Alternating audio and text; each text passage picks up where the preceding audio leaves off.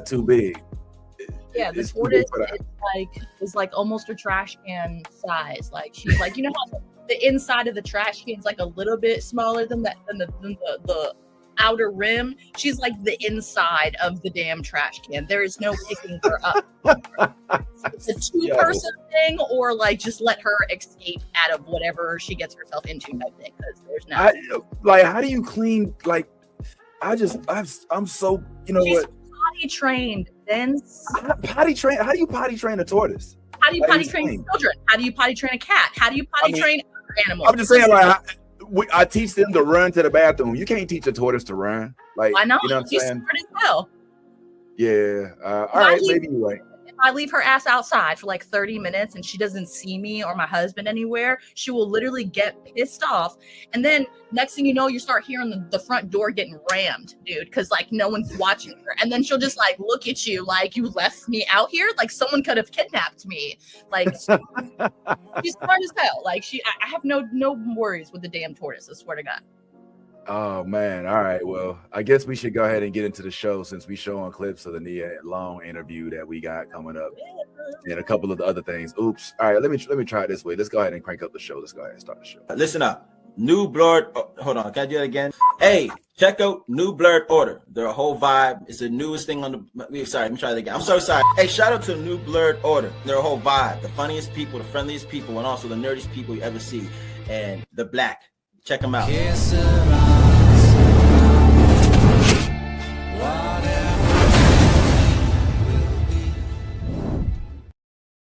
All righty. Good morning. Good morning. Y'all already know what it is. It's your favorite Blerd Click, ready to talk Blerd shit. And go ahead, hit that like and subscribe button because we will be chatting today over some of the interviews that we've had in the last few days, some of which you have not seen because they have not been released yet. So strap on them shoes and get yourself ready. Prepare thyself, I'll say, because it's going to be a nice action-packed show. But first and foremost, like I said, like and subscribe. We do, like you see here, have exclusive interviews with not only Miss Nia Long, which we'll get into, who did play a role in the most recently dropped Michael Jackson movie, I think it is. She was in the Michael Jackson, the Michael Jackson movie, and where she played the mother of Michael Jackson. And so we'll talk about that. We also have exclusive interview with none other than R.J. Cyler. Some of you all may recall him from the Power Rangers movie, but in this particular instance, he's talking about the one spoon of chocolate, which was his most recent project with the RZA. So we'll get into that a little bit as well. Not to be outshined by all of these things, your favorite one-eyed man, excuse me, this is more accurate, is back. And he did give us a little bit of an exclusive here as well. And so if you stick around for a little bit, you'll get a chance to see some of our talks with him as we did speak with him a little bit earlier this week. Interview was live, but still, we'll go ahead and get a little bit into that. But for now, let's go ahead and do our proper introductions. I'm your boy, the real Vince Taylor. Shout out to me. I'm here. What's happening? And we've got the homie Yaz in the building, and the homie Bad Ty pulled up in here as well. So we're going to go ahead and get right on into it. But I figured today we'd lead with Nia Long. But before we do say what's up to Nia Long, let's say what's up to the homie Ty. What's going on, Ty? You good, bro? Yeah. Everything came out okay? You all right? Oh my God. That's how you know we're family right there, dog. Okay. I just know how we get down. You know, we got to make sure everything is come out appropriately. And start my day properly. Yeah, my day don't stop properly. If I don't, I gotta start. I start every day with a clean slate, literally. Yeah, I know that's right, man. We gotta look. Staying regular is a priority when you get a little older. You know what I'm saying? And so, and he drinking water, he hydrating too. Look at that. Yeah. The skin pops. You know what I'm saying? Ty be taking care of himself. He wake up every morning, put the oil on. Know what I'm saying? The vapor verb, all that good stuff. I didn't do that this morning. I'm in my house coat, bro. I I came with drawers on, bro. I'm like, like, yeah, it's nothing but drawers on under here, yo. So yeah. Whoa. All right. Yeah, didn't need the visual, but we're here with it, man. Well, listen, it's good to speak with y'all. Thanks for pulling up, man. There's a lot to talk about this week. Like literally, we are the cup runneth over as it pertains to things to discuss. But I figured we'd talk first of all about some of the exclusives that we've been granted access to, and some of which we've had an opportunity to be a part of. Specifically, I ain't gonna lie, this was kind of exciting. We were given exclusive access to one of did I get it? Oh, that's why it's not up. To one of the cast members of the most recently dropped Michael Jackson movie. And y'all know I ain't really, I've been getting into fights with people, and I don't mean to get into fights, but I'm just telling, as much as I love Nia Long, I love Michael Jackson, I love all that, but my whole thing was like, I feel like I had seen a lot of Michael Jackson already, so I wasn't really that, like rushing to the movie, but I love me some Nia Long, and that is a reason to see the movie. If I'm being honest, I'm like, oh, I don't see Nia Long now. You know what I'm saying? I ain't got no problem with that. So, as you all know, she does play the role of Miss Jackson, the mother of Michael Jackson, and it almost looks uncanny. Like you can literally look, and they did such a good job of kind of mixing. Now I'm gonna keep it real. This picture came off the internet. This could be I don't know, but even so, you could see the resemblance. You know what I mean? And I do think that this is. I think there's some reality to this at all. So our good friend had an opportunity to speak exclusively with Nia Long. And I'm gonna keep it real with y'all. Yo, this interview's funny because Anthony went full fanboy. Like it's rare that we see Anthony go full fanboy. But he couldn't help himself in this. And if you watch closely, you can kind of see Nia Long being like, all right, come on, hey, let's move this shit on. You know what I'm saying? And he's just like, Ty, remember how you was when old girl was like, oh, Tylene. So Tylene, when we was videotaping the show because we were doing the show Power and Force, Tylene, let me tell you, Tylene, and you just was like, Say it again. That's like literally how our boy Ant was. That's how our boy Ant was in this video. So I just want y'all to get yourself comfortable. I'm gonna let this ride, honestly, because it's only a couple minutes long. It's not one of those really long ones. But you've seen it here first. This is an exclusive where we get to hear from Miss Nia Long herself as to what all went into the process of playing Mrs. Jackson, how it is that she felt it was necessary to portray her, to make sure that she was not only portraying her in a manner that garnered her respect, but that was somewhat accurate as it pertains to how he had to go, how Michael had to deal with a lot of different adversities that people aren't even necessarily familiar with. Another reason for me to kind of check out the movie now, I suppose. But yeah, it gets pretty cool, man. So without further ado, let's go ahead. Let's chat on Nia Long as one of our exclusive interviews here, where she gets into what it is it takes to be Catherine Jackson. Let's speak on it. Okay, my heart just melted a little just hearing you say my name. Look.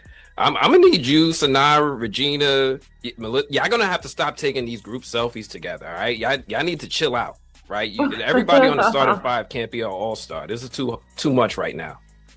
But I want to get into this movie too, not just this moment. I have to say, the aura of this movie, it feels really, really strong, and we have you stepping into the role of Catherine Jackson, right? And it really just feels so freaking good. So I'm curious for you, what hit you first emotionally when you realized, okay, I'm playing Catherine? I think the responsibility of recognizing that you have a child who is here with a very big purpose and tremendous talent. And how do you nurture that? And how do you develop that? And how do you create a safe space where he feels protection and love and safety? And that for me, I knew that if I could just stay in that zone, that I would actually make the audience feel something. Um, and you know, I'm a boy mom myself, and I have very intimate relationships with my children. Like, we're so in tune with each other. I don't have to say anything, and my youngest will say, "Mommy, what's wrong?" or "Do you need something?" And I'm like, and a lot of times nothing's wrong. I'm just in my head about work or something that I have to do. And so I understand that connection, you know, really well. And I wanted to make sure that I had that consistent connection with Jafar throughout the process. Jafar and Giuliano, because I had two Michaels in this. You did. That's true. That's true. Mhm. Well, I did get a chance to speak with Antoine Fuqua the other day, and he told me that he sees Catherine as one of the unsung heroes of this story. And he talked about how much she had to hold this family together. Mhm. As you got deeper into the role, what did you come to understand about her influence on Michael and on the family as a whole? Well, listen, the divine feminine energy is capable of doing all things when we have a focus and a purpose. And I think very early on, Catherine understood the assignment. And so grace and patience and being of service and being kind and loving and protective, that was her commitment to her children, to her family, and also to humanity, I believe. And so, knowing those things informs the performance. And that's, I just stayed in that zone. I stayed in that zone, and Antoine, you know, would just remind me to trust the process, and that what we were doing was a little bit different maybe than the modern woman. You know, this is a bit of a time period where women, the role of a woman was a little bit different than maybe it is now. And I I loved that, because in a lot of ways it was a reminder to be an observer sometimes, and not, you don't have to always give your opinion, and you don't have to always share your truth. You can hold on to what's yours and still guide the ship and still be a good influence. And that's what comes with age. There's a grace that comes with age. There's a patience that comes with age. And I'm learning that. Well, now that the project is over and you could look at it in hindsight, you got to see the finished work. Yeah. My last question, what part of this story do you think is really going to hit audiences the hardest once they finally see the full film? Probably what Michael went through after the fire, the Pepsi commercial, and how serious that was. I mean, we heard about it, we saw bits and pieces of it, but I don't think anyone truly understands the pain that he was in and how it really changed his life moving forward. Because there was a sadness in him after that incident. Yeah, that one is definitely a defining moment in his career as far as the change that we got to observe. Well, thank you so very much. I really appreciate you giving me your time. Thank you for checking this off my bucket list. I'm so happy to speak with you, Anthony, with the Movie Blog. Thank you so much, Anthony. Have a good one. Thank you. You too. Yo, am I tripping, man? Am I tripping, Ty? Ty, we've done a few of these, all right. And are you getting that vibe that the lady in the background was like, all right, wrap this shit up, B. All right, we didn't call her here to be googly eyed. We wanted you to ask in-depth questions regarding the performance that she gave for Katherine Jackson. No diss to Ant, because you know we love Ant, but Ant was I'm gonna keep it real. He was smitten. And I mean, why not? You can any word to describe it. He was enamored. He was smitten. He was. Who wouldn't be? You know what I'm saying? Like I don't think he could do this interview like properly, because I mean it's freaking Nia Long, bro. It's Nia Long. You know, it's Debbie from Friday. You know, I mean, how do you look? I mean, look at Ant. Look at him. I mean, come on, man. I mean, how do you do an interview with Nia Long? You know, this is literally like one of your childhood crushes. You know what I'm saying? Now we know, though. Now we know. Ant's always so cool and like, you know, so calm and collected in all of his fucking interviews and stuff. But Nia Long on the page and Ant's like, yeah, right. Bucket list. Thank you. Like, yo, he literally, tell you that, like he literally like was frozen. Like it felt like he just was not able to gather himself, Ty. And it's funny because Ant, out of all of us, I think has the most experience with speaking with folks of note, you know, in these movies. And honestly, out of all the people I've seen him talk to, I've never seen him get, I guess, starstruck, so to speak. And this was the first time that it just felt like the cat literally had his tongue. And who could blame him again, bro? Well, I don't even know. Like the only thing that I feel like I wish it wasn't as obvious. You know what I mean? I wish that he was able to like maintain his composure just for a little bit, you know, and then when they're done, be like, oh my God, thank you so much. You have no idea how much I love you know what I'm saying? Something like that. But yeah, like doing this like this, it kind of, I don't know. I don't know what you're talking about, man. Listen, this is Nia Long. This is Nia Long, and in terms of, he gave her the due justice that she absolutely deserved. I'm in the background just watching as a fan, right? And I'm looking at her like she is absolutely gorgeous. Right? Like, yo, listen. It's not just her physical appearance. It is her charisma. It is her aura. It is everything about her. From the way that she speaks, the way that she pauses, the inflections in her voice, it's all everything. This is 90s fine, sexy, sexy 50s, because I think she's in her 50s at this point. You know what I'm saying? Like Nia is exceptionally fine, and to be at this age and look this good, you was like this was our crush growing up.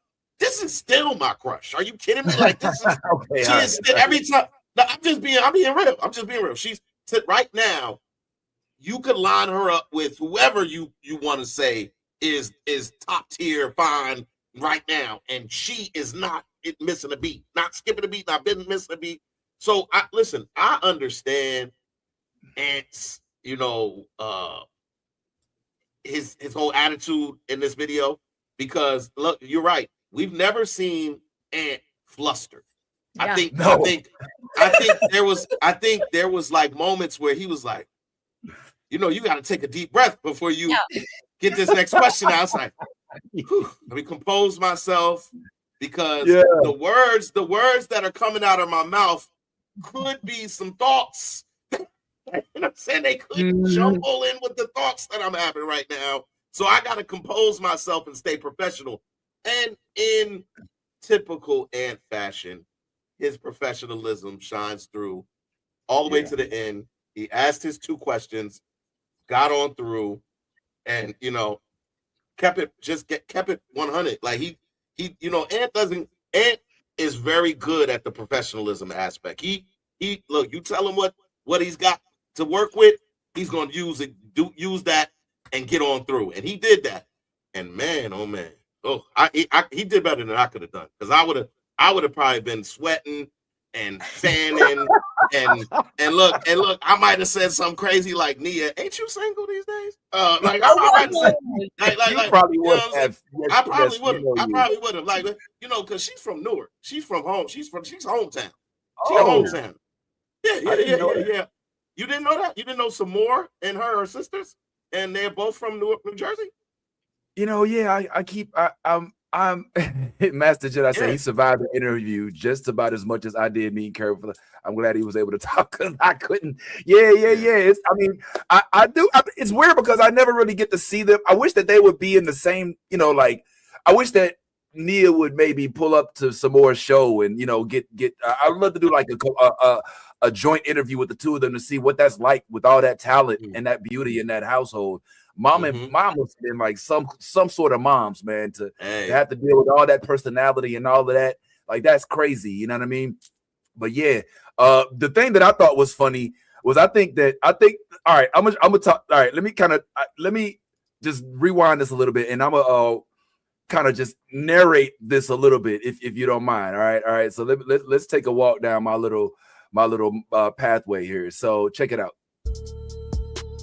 So I'm thinking that Ant was a little bit flustered, and at first he could not help himself when he literally saw Nia Long pop up on the screen. And this is when I think I don't want to say he messed up, but this is when she formed an opinion about our boy Ant. Check it. Okay, my heart just melted a little just hearing you say my name. Look. I'm gonna need you, Sanara, Regina. Y'all gonna have to stop taking these group selfies together, all right? Y'all need to chill out, right? Everybody on the starting five can't be an all-star. This is too much right now. It was that moment. I want to. It was that moment. It was that moment where she was like, at this moment, he knew he fucked up. when he said the thing about the selfies, and she was like, and she kind of with the chuckle. Yeah, you saw. Yeah, that moment right there. I was like, she was like, it's kind of like, yes, you could probably speak on this. Women women that are accustomed to being gawked at and catcalled and stuff like that. Eventually, I feel like they develop kind of like. They kind of get desensitized to it, and then at some point they put everybody that's attempting to go that route into the same category.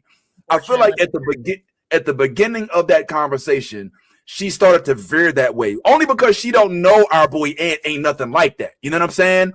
But because he led with, "Wow, look at you."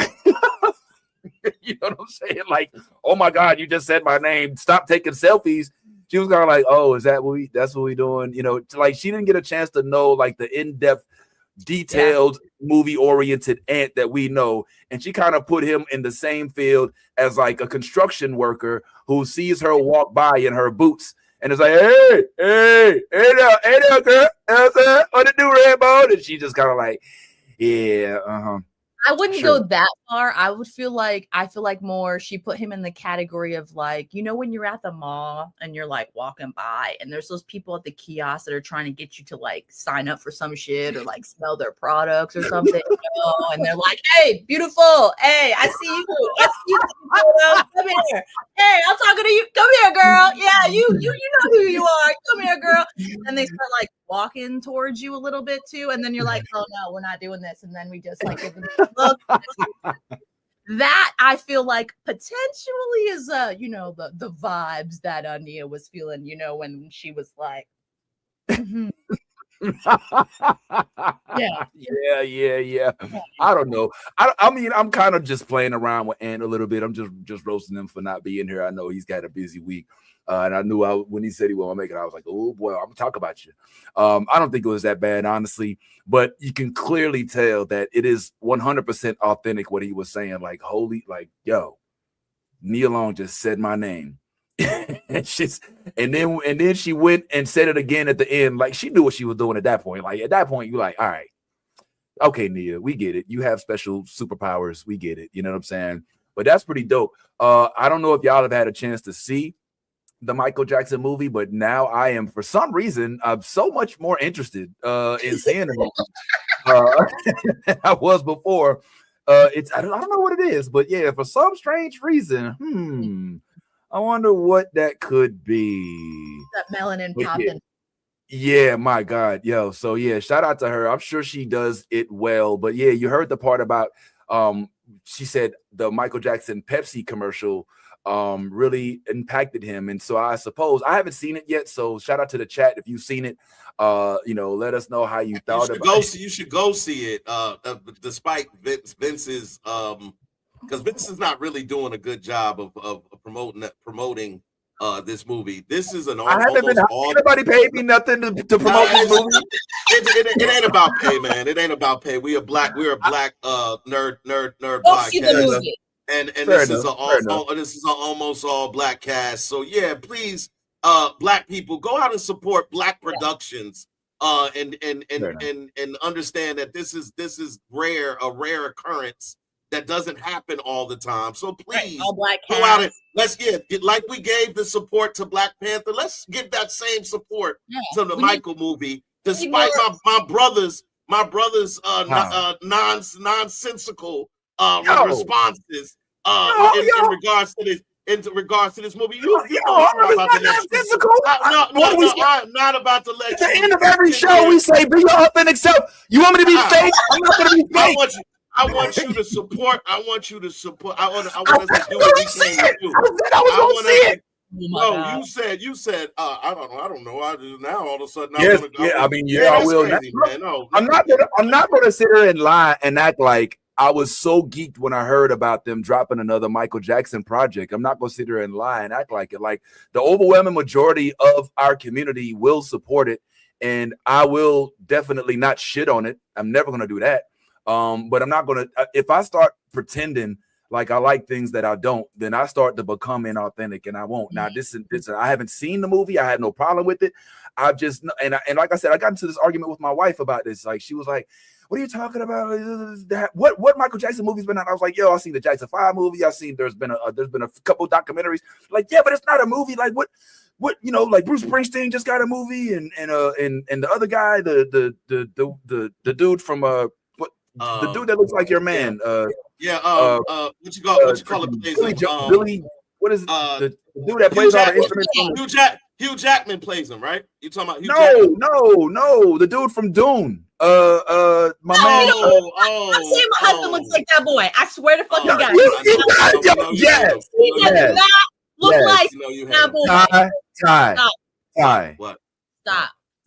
Tell this woman that her man looks like Timothy Chalamet. Yo, and I can't say it no more. I've said it as many times as I can.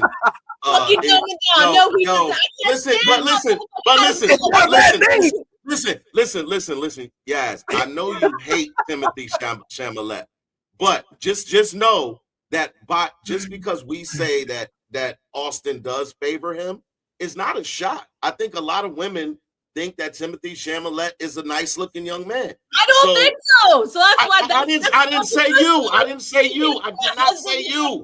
I don't think so. I understand, and that's why I did not include you in those some women. That's why I said some women.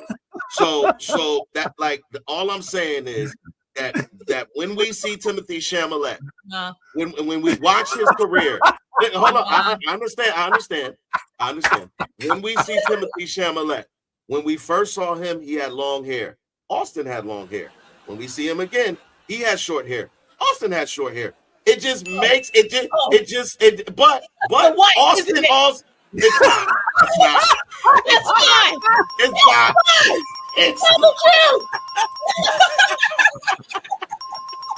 It's not. Oh man. I heard it first. All white men look like with long hair. All white men look like with short hair. Oh my God. Nah, but yeah, man. I just glad, but yeah, I mean, the wife was basically like, "Yo, calm that shit down." Michael deserves to have the same type of love that some of them, them older white folks had. Man, why can't I remember the dude name? What? It's not Billy. The unknown. What was his name? Come on, chat, help me out. Unknown. Bob Dylan. Thank you, Harmony. Yes, Thank you, Harmony. yes. Harmony. All right, Harmony, you get a coupon. He did. For free love. We're giving out free love today, and you just got yourself some. All right, so yeah, I'm good on them. I'm happy for you, Michael, for having another project and for getting the good love and all that. But yeah, man, this is definitely getting a big vote of support for me for Nia Long being in it, because Lord, man, literally, look, like she looks the same as she did on Friday. Like how does she not? She looks better. She looks better. Why did she not look a day older? It's almost 30 years later, and she looks the same, if not better. Like you said, Ty. Like how the hell? How did this happen? Routine ASAP. Bro, okay. Well, anyway, this interview will be live soon, but it is not yet. The only way you can see this interview is by coming here to this channel. So thank you for being here. If you are here and you're here for the first time, go ahead and hit that like, subscribe, and do go ahead and throw a comment in there, even if it is just an emoji saying what's up or something like that. Let's go ahead and keep the ball rolling. Let's go ahead. Look at her face, yo. I'm sorry. I can't wait to talk to Ant about this. This is not the last time we're gonna chat on this. Next time Ant is here, we're gonna speak to him about his feelings about how he feels the interview went. He also had an opportunity to speak with Antoine Fuqua, who was one of the, I believe, either the writer, director, all of that of the movie. We may not get into that right now because we're gonna go ahead and keep this moving. Believe it or not, we have more to chat on, because there is another movie that came out not too long ago. I think it might be coming out soon. It is called One Spoon of Chocolate.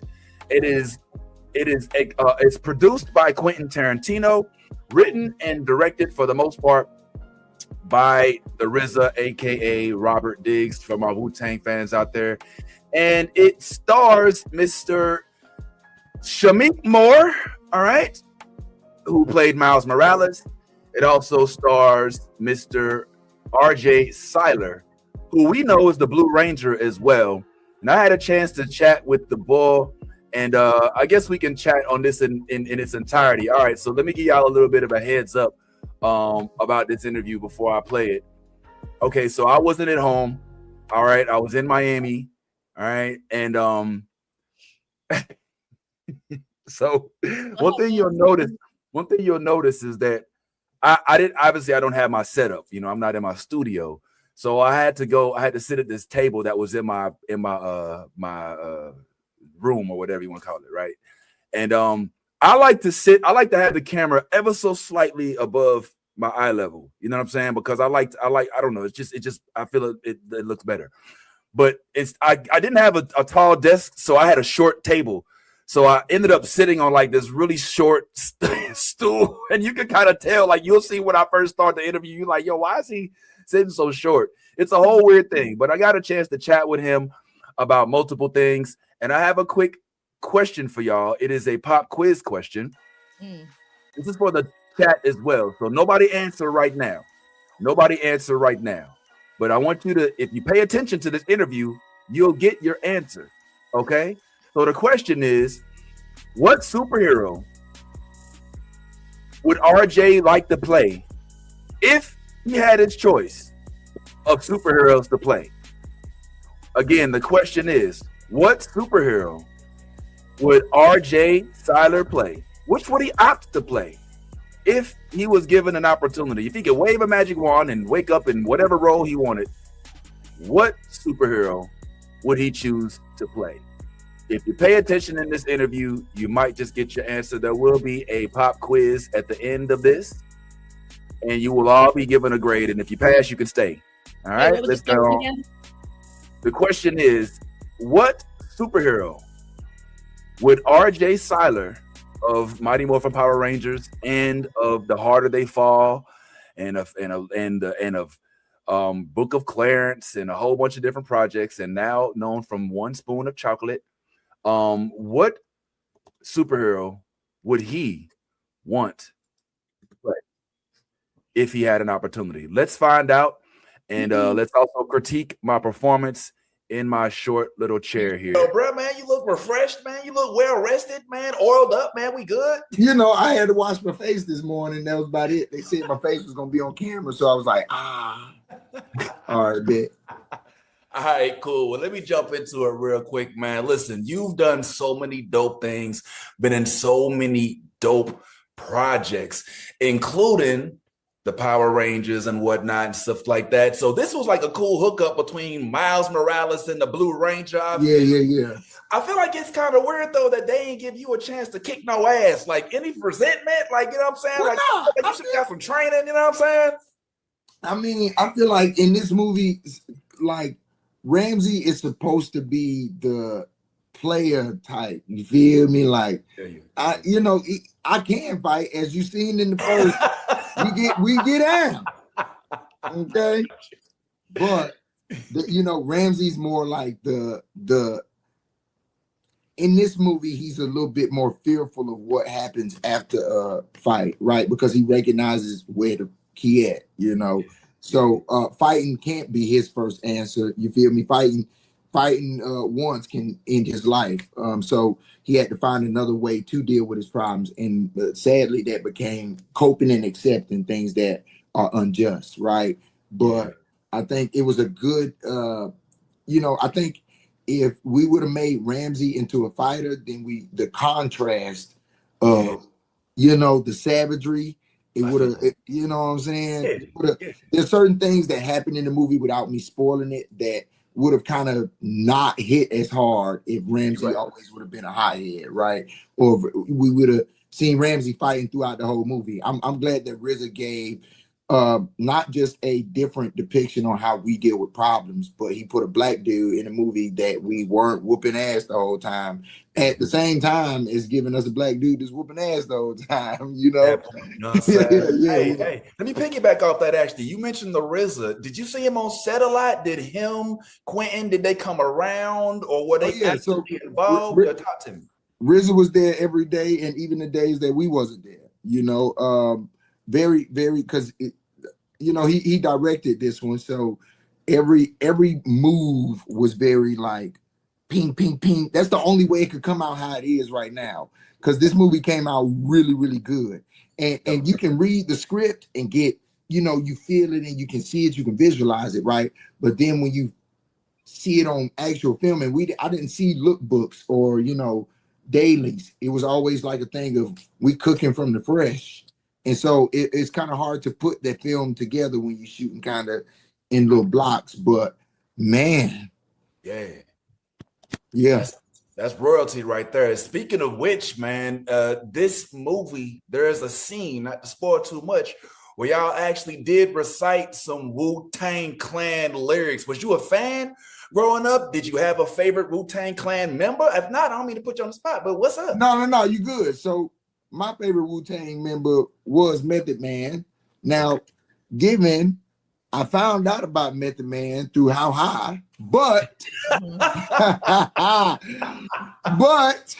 then I tapped into, and I was like, all right, word. Then Meth came and gave me Red Man, then came and gave me the rest of New York, But that's how I came into play with it. But also my dad was a DJ, right? And so he used to like battle DJ, like scratch and stuff like that. So Wu-Tang, Beastie Boys and all of that. We had albums and stuff like that at my crib. Some of them damned it and some of them cut, some of them a half album, some, because they battle scratch records. Right. So yeah, I was definitely tapped in a little bit. I know that's right. Well, man, in addition to that, you've done so many, like I said, to get dope projects involving really dope black cast. Harder They Fall, one of my favorites being Book of Clarence. But in this movie, you got to work with Paris Jackson. Yeah. What's the vibes like? Did you talk to her? Did you avoid talking about Michael? Is it like a weird thing? Like, how does that? Oh no. It's luckily one thing that I think makes Paris so great is that Paris is just Paris as Paris. You feel me? Like and not to say that her father isn't great, right? Because he's Michael, right? But Paris is Paris. Like when Paris is around, or when you're talking to Paris, you only want to hear more about Paris. You feel me? We didn't have conversations about you know, who her dad was or anything like that. Like we know that's I'm on. You look, come on, boo. You took them to the look, okay. Like this beauty don't come from nowhere, okay. It's like, okay, give her. What else do you know? Nobody would know. It's like if you got lost and caught up on who Paris's father was, you miss out on so much of Paris. And Paris is like a wonder.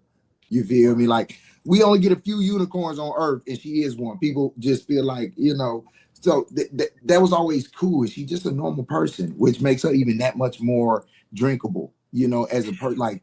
Oh my goodness. I definitely, people have asked me that, you feel me? Especially, you know, the DMs. They be like, how's Paris this one? I'm like, she cool. What? I see, you know, she cool, right? Did you ask her about her dad? No, I didn't ask Paris about her dad. I asked Paris about Paris. Yeah. That's who I want to know more about. Paris, hey. How's your day going? I'm not about to be like, how's your fight? What are we talking about right now? I got you, man. All right, I'm down to like just a couple more. Yo, this movie is crazy because it says it's based on true events, but it low-key's got some superhero vibes to it if you watch it a certain way. I'm curious, is there a superhero maybe from your past or childhood that you would ever be so eager to play? Like one that comes to mind. The first one that came to your mind, it already came to your mind. Static Shock. Static. Oh! Well, I just wanted you to finish the question. I didn't want to be rude and be like, oh, what's this Static? Cut you off. But yeah, Static Shock already. I grew my dreadlocks out so there would be a link that they could cut them to what they needed to when they started to film this movie. So whoever sees this, that may be look, RJ Cyler. I co-sign too. All right, last one, man. This movie, it was entertaining, but it was real. You know, like there are so many things, especially as Black Americans, that we can identify with. Is there a specific lesson that you feel that this movie teaches? And if so, what is it? I mean, on the simple scope, right? Sundown Town shouldn't be a thing. Amen. That's the simple scope. Secondly, and this is just for me, right? Throughout the movie, you get to see Unique come back and ground his cousin. Right, you get to see Ramsey be grounded, but then you also get to watch Unique be grounded. You know, from the front of the movie, Ramsey gives home, he gives love, he gives everything that he was missing for the last few years. You feel me? Everything that Unique was missing, Ramsey was aware that he was missing that and was able to give it to him. When it came to Unique, he didn't know what Ramsey was missing when it came to standing up for himself, what he was allowing, the things, you feel me? He was kind of just sitting in this compartment that he was structured to and accepting it. And Unique came to ground him in a space of remembering his power to then get out of that. You feel me? Dig it. Yeah. All right, it's deep, low-key deep. I see your homeboy. I'm gonna snap up there. Rewind. You know what I'm saying? Well, listen, man, it's good to get this little time with you. I don't know, man, but hopefully we get to chat with you a little bit later on that Static Shock decision and maybe a few other things on another project. All right, homeboy? I'm with that. I can't wait to interview. I can't wait to do the interview after we book Static Shock, okay? After we book Static Shock, I'm gonna see you. All right, 10-4. All right, RJ. Yo, so I think we have our answer now if y'all didn't already recognize it. But your boy says that he will be down to play Static, the one and only. I mean, if the hair fits, you know what I'm saying? I mean, I'm co-signing on it right now. I mean, other than what some may consider the age factor, you know, because I'm pretty sure folks is going to want my Static and Miles to be actual teenagers, you know. That's the only thing that I think would be a little bit of a roadblock. But other than that, man, I'm here for the Static Shock portrayal. He does look like he like role wise, like, you know what I'm saying? Like my range for my role wise is like it's like almost 10 years younger than I am, up to like you know what I'm saying, like 7 years older than I am for my range for acting. So like, just because of, you know what I'm saying, like roles I can play. Like the other day I did a table read for a 50-year-old Spanish mom. Yo, I killed that shit. I killed that shit. Well, it's like with acting, sometimes, you know what I'm saying, like for experience on different things, you have to go out of your age range and character range, you know what I'm saying, to be able to like get into different essence. And I'm not gonna lie, I fucking killed that shit. Like I just went in to just like do it for experience, and I had to speak I had Spanish roles and everything, and I fucking killed it. Like some of the students were like, my film's next year and you're perfect for roles. Can I get your contact information? I was like, yeah, absolutely. I podcast too if you want to check out our podcast. They were like, okay, yeah, I really, really want your contact information. Like, I mean, it's just you play different, you know what I'm saying? Like you wouldn't think what age range you could play, you could possibly like play it. It's I don't know, it's kind of weird. Acting is different. Nah, I get it. My only thing is like, and me and Ty, we've all kind of gotten into arguments about this a little bit, but my whole thing is like, it's not, I would, again, I'm not saying I don't think you should play it, but I'm thinking just in terms of like the longevity of a project. If you're going to introduce static into the bloodstream of theater portrayal, then we want to think 10 years or more, right? And you know, sometimes just like we kind of saw Miles into the Spider-Verse, even though it's animated, kind of grow up a little bit, you kind of, you know, hope, or I think would consider the possibility that would be a thing that you'd want to happen on screen as well. But I digress from that. I do co-sign with the thought of him actually being static. Like it does fit. Like, and I even love his natural accent, his natural vibe. Like I feel like it fits, even though I think Miles was not from the South. I think it was it Detroit or Detroit Chicago? Or Chicago. Yes. Oh man, we got Frankie back on there. But yeah, but I'm here for that, and I can't wait to chop that up and put that on Instagram, and you all better like and share it, because that's gonna be one of the next reels coming out. But outside of that, if I'm being honest, like dude's vibes was on point. I like it when they're not like, oh, all right, media day. All right. Who's next? You know what I'm saying? All right, yeah, let's do it. You know, he's kind of like, yeah, I got to do media. Okay, no worries, but we going to have fun with it. You know what I'm saying? We going to be ourselves. We going to chat. We going to deliver a little bit of performance, but we ain't going to be sit back and yeah. Next question. All right. Type it in like, hey, man, let's go ahead and tell this dude it's over. Like, I just loved his natural aura. It was welcoming. You know what I mean? And he volunteered a lot of info. And I don't know if y'all caught that last part where he essentially said, look, when I'm going to manifest this, when I get the role of Static Shock, I will be back to talk to you about this. And I thought that was dope as hell. What did y'all gather from his aura, so to speak, or from his vibes off of this interview, if anything? Okay. All right. Well, I saw the Burbs with him in it, and Kiki, like that Kiki Palmer, you know what I'm saying? Like the reenactment of the Burbs, the show. And I actually him in it. Like it was really like their chemistry together was really, really good. Like I enjoyed it. It was hilarious. And him as just like an actor altogether. Like I like watching, I pretty much watch most of what he's been in. So, I mean, I like his vibes as like a person, you know what I'm saying, as an actor as well. And I'm excited to see where his career goes. And hey, can't wait to see him as hopefully Static Shock, or maybe a older version of Static Shock. You know what I'm saying? Like, it's like you start off young, you see what I'm saying? And then we could like, it's a flashback to when we're young. You see what I mean? Like, you know, high school days, like Static can't stay in high school forever. Neither can Miles. You know what I'm saying? So like, we have to remember this when we're thinking about these characters as well. We cannot put them in an age category because we all grow. We all age. We ain't going to be like, you know what I'm saying? I'm not going to be 20 years old forever. I'm not even 20 years old. So you know what I'm saying? I'm just putting that out there. No. Oh, okay. I didn't know. Oh, okay, my bad. By the way, happy belated anniversary, Yaz. I don't know if y'all know, but Yaz recently celebrated her anniversary, which happens to fall on the 20th of April every year. All right. So we tend to forget. I know, but they I wonder why. All right, but anyway, you know who I like? You know who I like for all right, I'm not saying Static is not on the dock. I would love to see him as Static.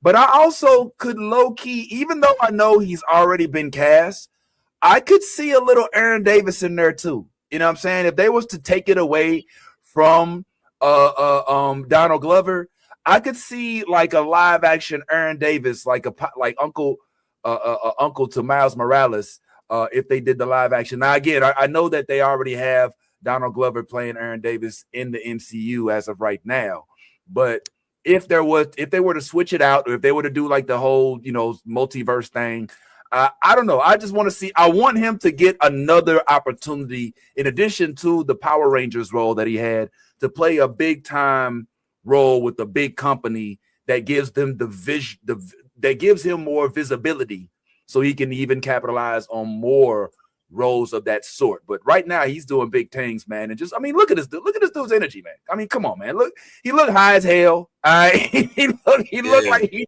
like the blood. You can't tell me the dude don't look high, bro. Like he looks a little lit. Hey, he did. Is it brown? What's his eye color? Can you tell? He has eyes. I don't know. Yeah, you can't even really see his pupils. You know what I'm saying? But I like that. I dig it. I'm happy that if he was a little medicated, then I hope that it worked for him and made his day less stressful. Because that's how it should be. That's just what I feel about it, man. But just to go ahead, Ty. I was just gonna say that during the interview, before he kind of let us know that Static Shock was who he would, who he aspired to play. I saw Static Shock.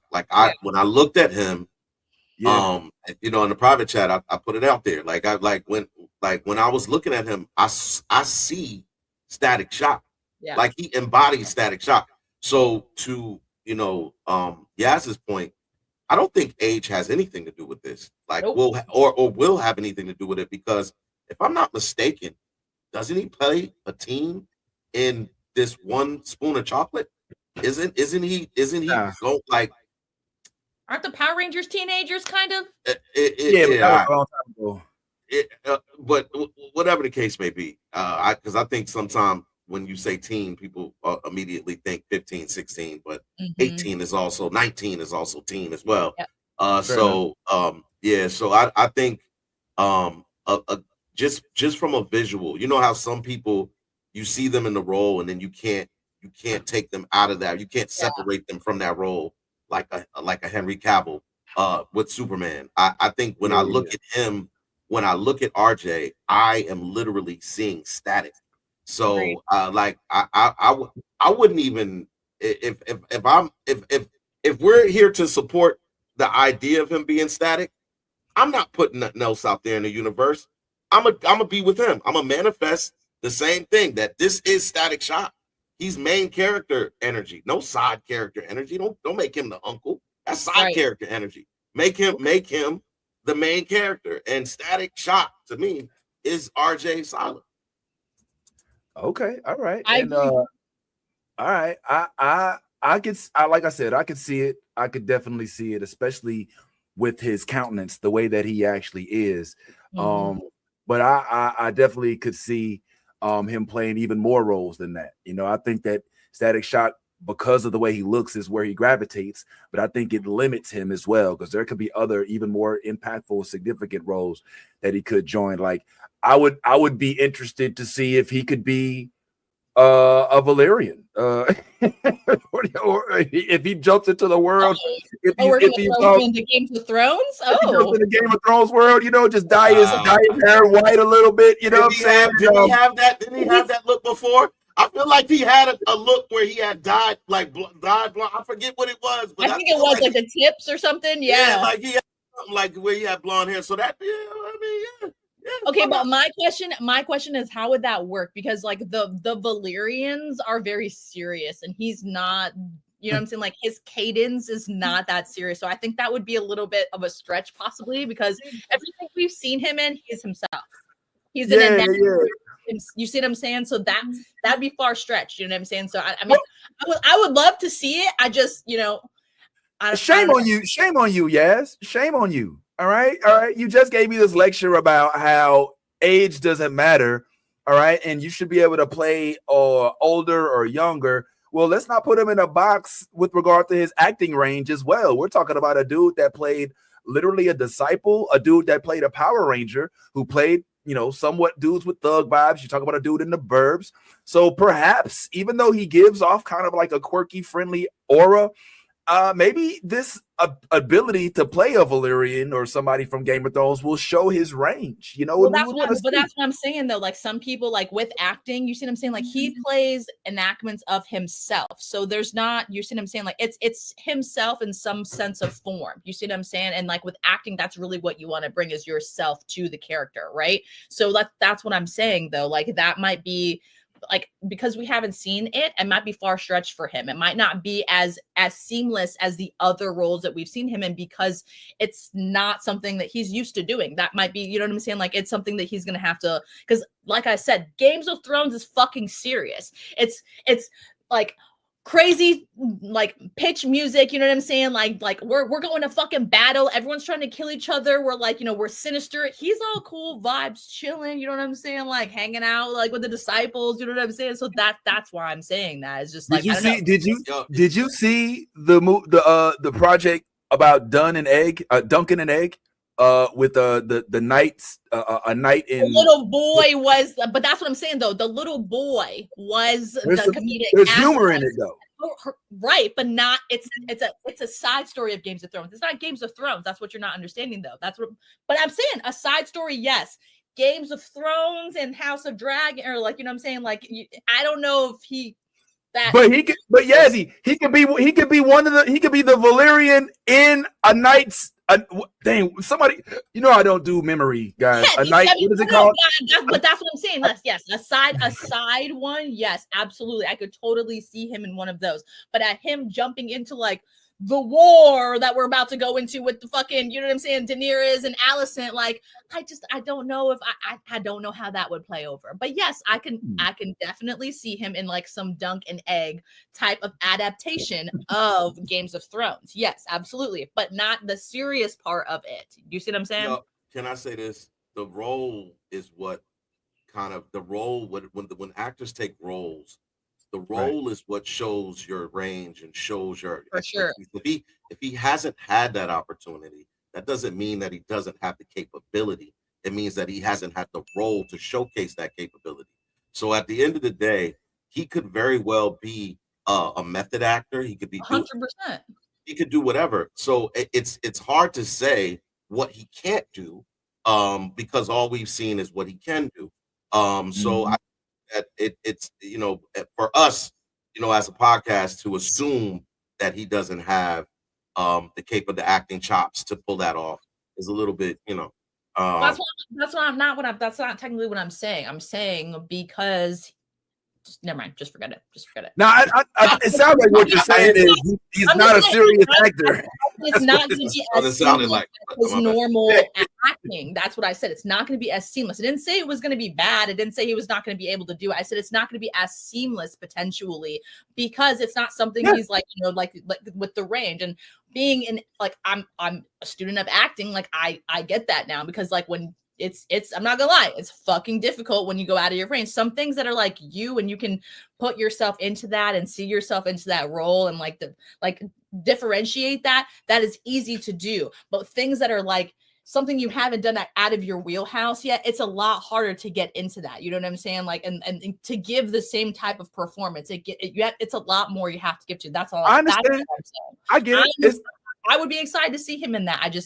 Thus far, we haven't gotten to see him in any of that.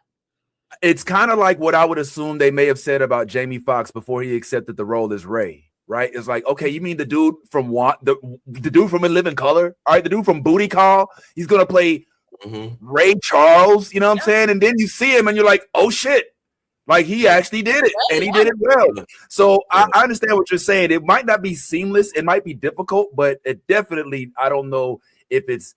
And I'm not saying that you said this, Yaz, because you didn't say this at all. You didn't say he couldn't do it. You just essentially are saying like it'd be outside of the roles that he's had as of this far.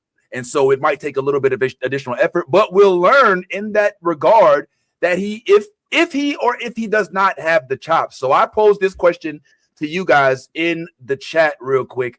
And this was, I mean, not necessarily regarding him playing in Game of Thrones or something like that, but with regard to our Static Shock question, or with regard to him playing that, do you guys think that RJ Cyler, would make a good Static Shock? Do you guys think that this would be a role that you would sign on to? This poll is live. All right, I've never done this part before, so let us know if this works or not. This is a new feature offered through our little pod thing. So yeah, let me know what y'all think about this idea of RJ Cyler actually getting a role as Static. He wants it. Clearly, he wants it. Should he get it? And would you support RJ Cyler playing in this role of the one and only beloved Static of Static Shock fame? All right, yeah. So just make sure y'all hit that poll, and we'll release that at the end of the show. Hey yo, Vince, I just thought about something, yo. Could you imagine if RJ did come to House of Dragon as the son, as the son of the brother who got his head cut off? He'd be like, "Y'all kill my father." Come on, yo, come in. So y'all just gonna, y'all just gonna. I feel like he would do it justice too. Like he would be like, "Yo, man, hold that shit. I don't know what the fuck all this shit is y'all talking about, but y'all killed my dad. I'm finna go load up on some dragons and fuck this whole Westeros bullshit up. And you know, goddamn well, them ain't your kids, Rihanna. His name is not Rihanna. I don't know, Rhaenyra, whatever the fuck you want to call yourself. Them ain't your guy. Them is not my little cousin kids. And all this bullshit y'all on. The strictness of the fucking show. It would take you out of it. It would ruin the cadence of the fucking show if he was like that. Okay, we like that it's so serious and it's so ridiculous. All these motherfuckers are just like so crazy. They want to kill each other and fucking have sex with each other. It's just like ridiculous. If he was in there doing that shit, we'd be like, I can't take this seriously no more. This is Ty, I want to see RJ Cyler and Marshawn Lynch pull up to Westeros. Hey man, y'all got some of that deity out here, man. Hey, where the bud at, cuz? Where the bud at, cuz? Hey, where y'all grow the bud at off in Westeros, homie? You know what I'm saying? Hey, Squire, homie. Hey, Squire, homie. Hey, Squire, homie, man. Hey, man. Hey, Squire, homie. That blunt that you wrote that blunt. We call this Doty. Somebody get on that, man. We need that shit right now. Put them on there, man. Anyway, in the spirit of keeping the interviews going, man, we got to talk about how we did get an opportunity to chat with the one and only Nathan D Simmons again exclusively. It was a whirlwind of emotions in this, and it was crazy because I was kind of like on location at Lone Depot Park in Miami, where I was covering the Cardinals versus Marlins game in the background. But we're still able to kind of get some good questions off and talk to the homie, the one-eyed Mr. Nathan D Simmons. Of course, we do know that From did literally just debut this week. So hopefully y'all are on that. We're going to chat on that a little bit today and a little bit tomorrow too. But yeah, here's just a little sneak peek. This interview is actually live, so you can see it now. But don't go nowhere. Just check out a couple tidbits right quick with what we shared with our homie, Nathan D Simmons, as we like to call him, Nate D.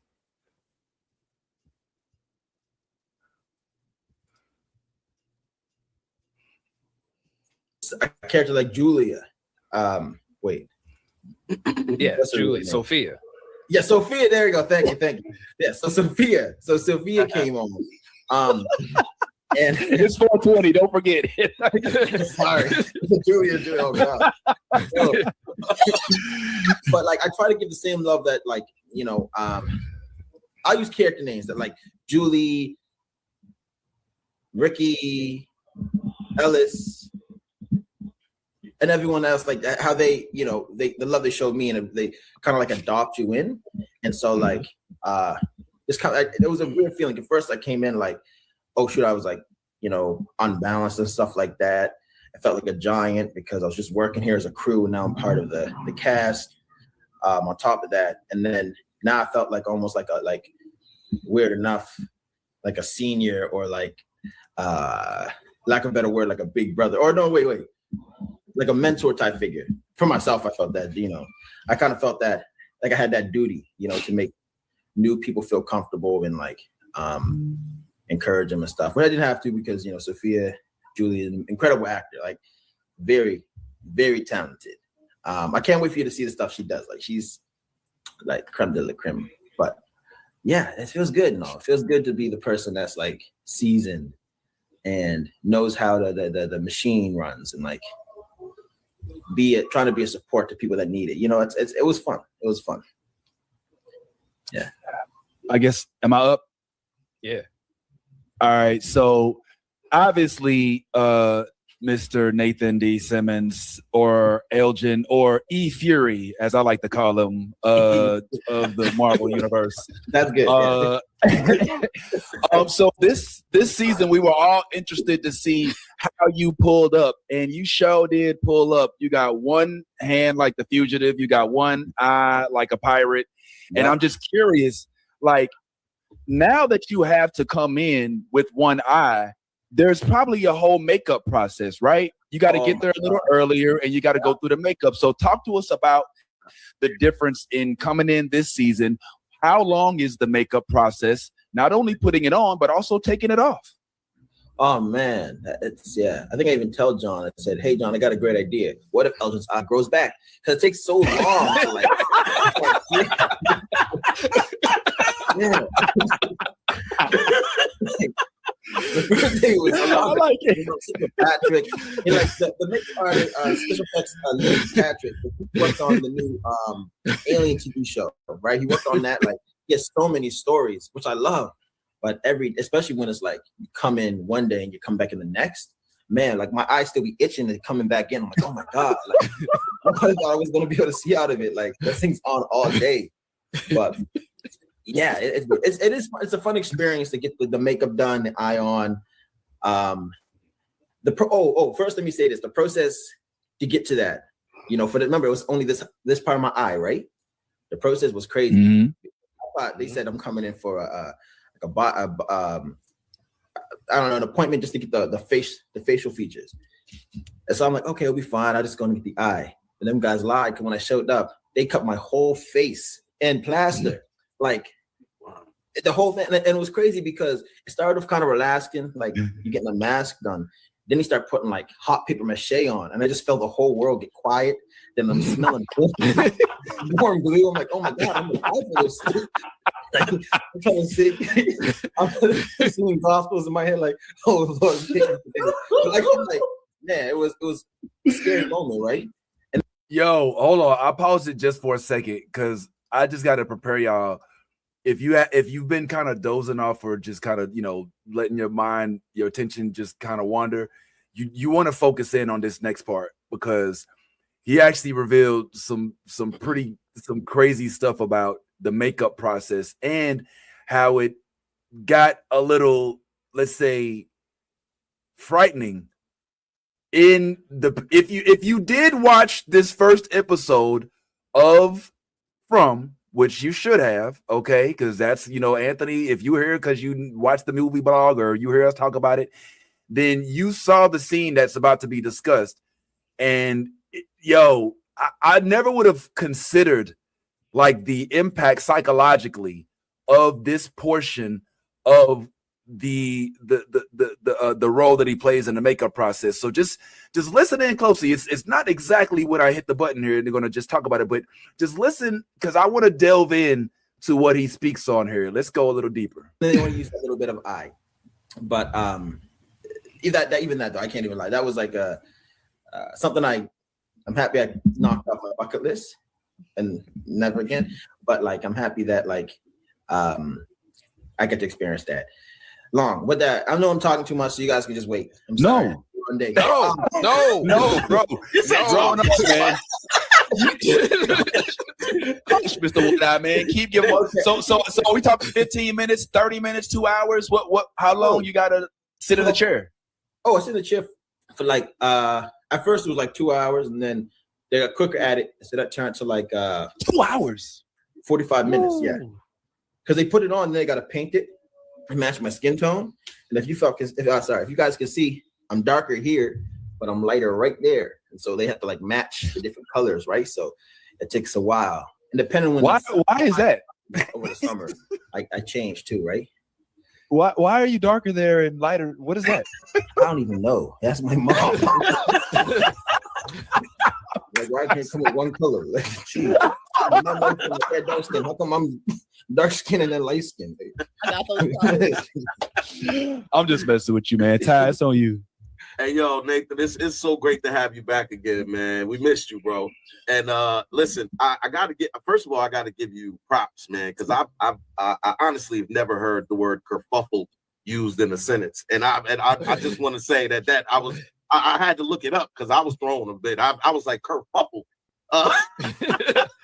Do the show you use a college word. What it means. I just be saying I don't even know what that means, though. Be honest.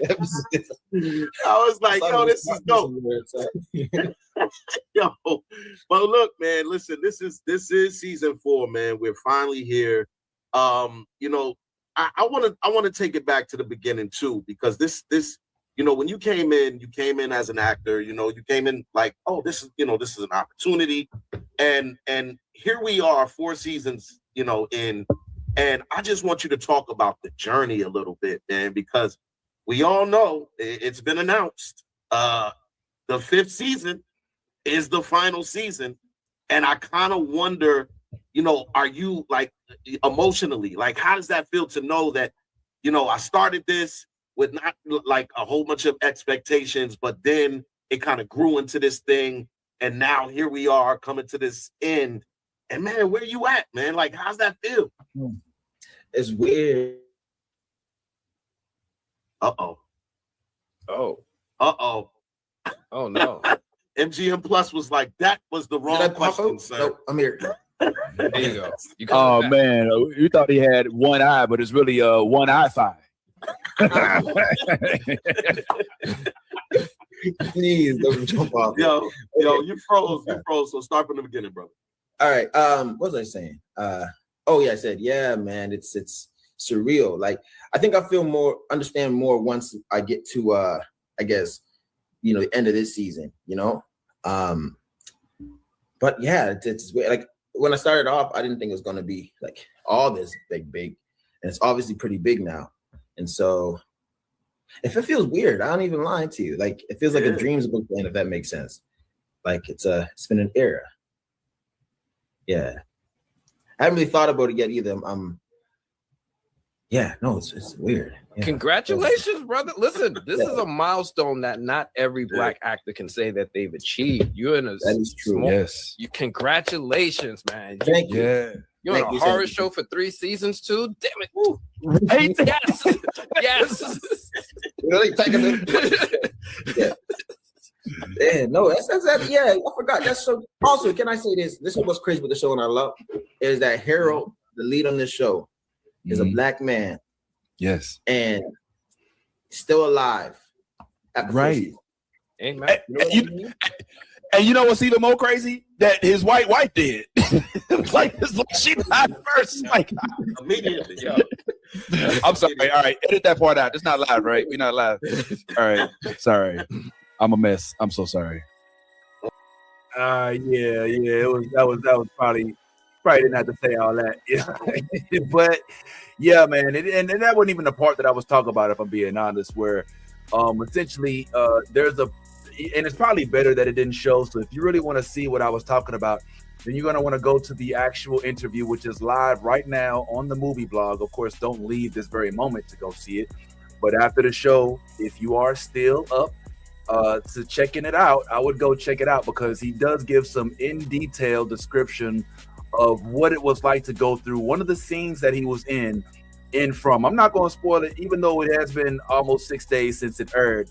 But he speaks about it and the level of complexity that goes into not only putting on all of the makeup and the what do they call that stuff, the prosthetics and all that stuff, but also keeping it on while they're messing with it on set. So these are some things that you'll hear exclusively nowhere else. So make sure y'all tap on in for that. And I hope y'all have enjoyed some of the content we just gave y'all with regard to our exclusive interviews with Nia Long, of course.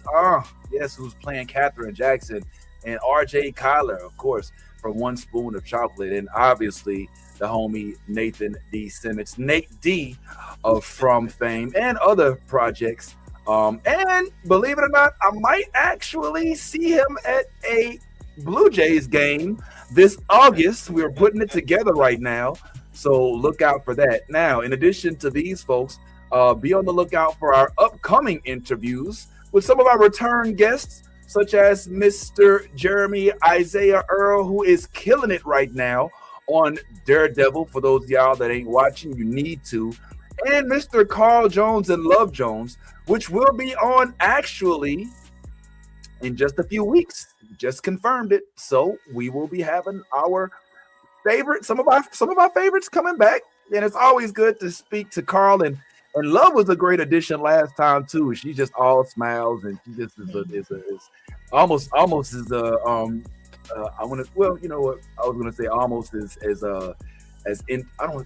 almost as informative as Carl with regard, because Carl be like I would say Love is a no. Yeah, Carl's a little maybe too. Carl's like, man, we signed contracts. It's like, okay, well, you'll see it. Yeah. So we got all that going on. So appreciate y'all. Now we're gonna go ahead and get into what we also do here, which is wrap up a few things. And so let's go ahead and get into the Justice lead right now.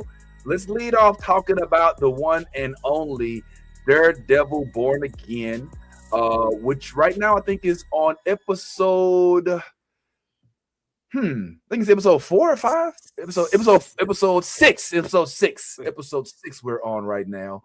And we're now at a breaking point. Things have happened. A lot of things have happened. In fact, somebody here on the panel did get an opportunity to watch Daredevil, and I'm wondering if this person wouldn't mind doing us a favor, and maybe you could break it down.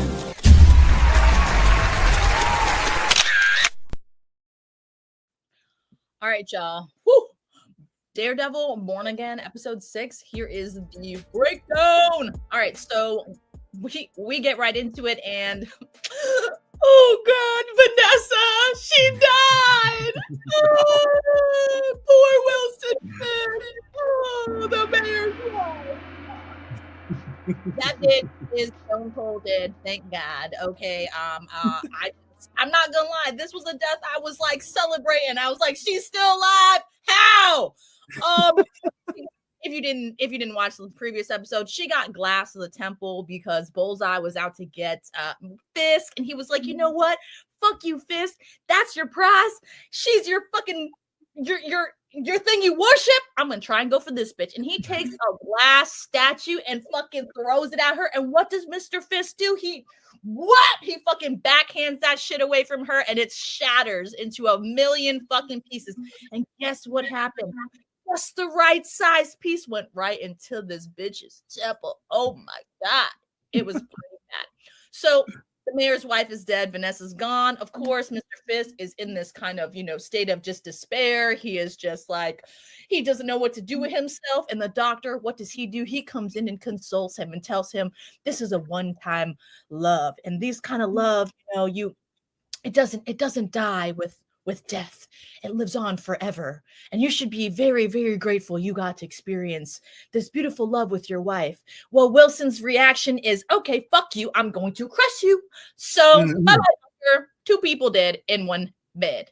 So then, of course, Buck comes in, cleans up the mess, and then, we go on.